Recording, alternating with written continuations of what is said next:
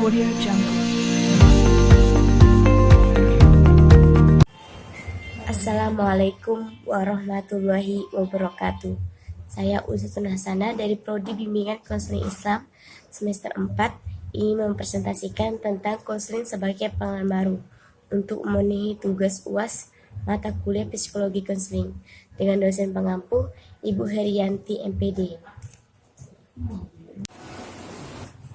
Pengalaman baru dalam dunia profesi merupakan hal yang lumrah yang dijumpai oleh semua kalangan pekerja.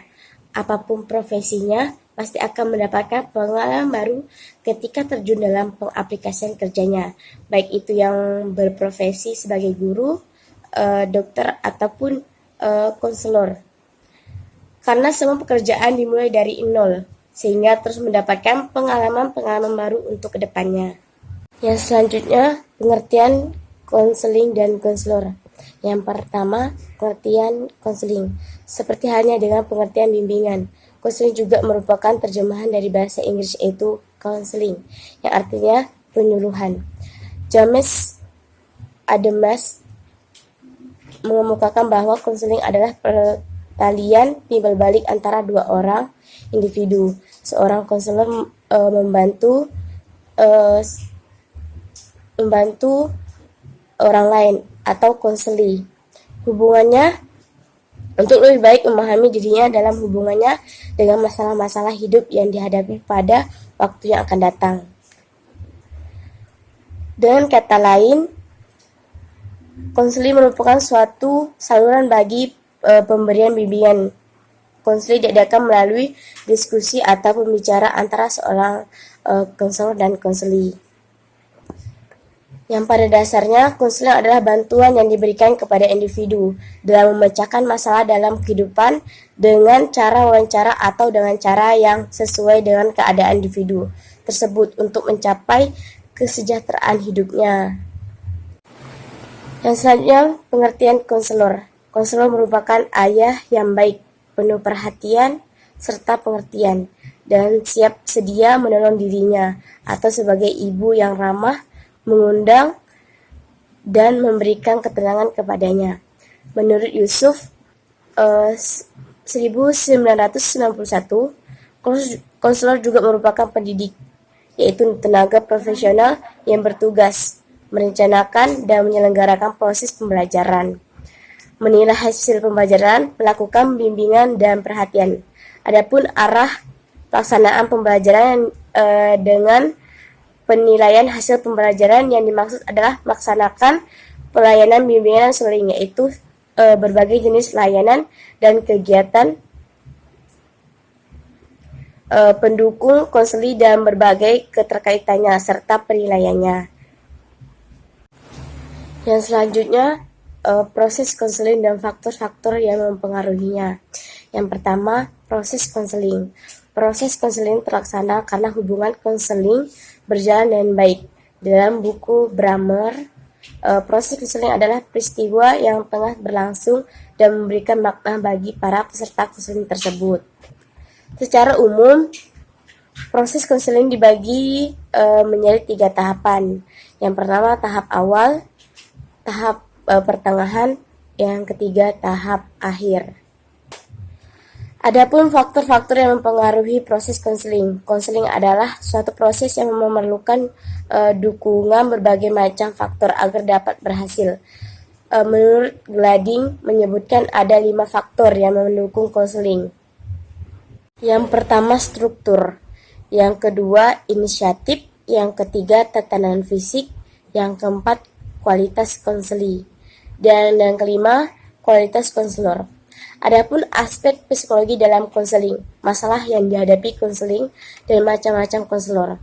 Yang pertama, aspek psikologi konseling.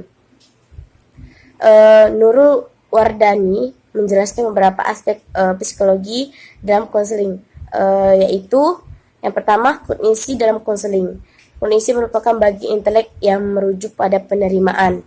Yang kedua, emosi dan konseling. Emosi merupakan warna efektif yang menyertai setiap perilaku individu yang berupa perasaan-perasaan tertentu yang dialami saat menghadapi situasi tertentu. Yang ketiga, motivasi dalam konseling. Salah satu aspek dalam konseling adalah motivasi, yaitu memberikan dorongan kepada konselor agar mampu melaksanakan perilaku dalam upaya memecahkan masalah secara efektif dan produktif.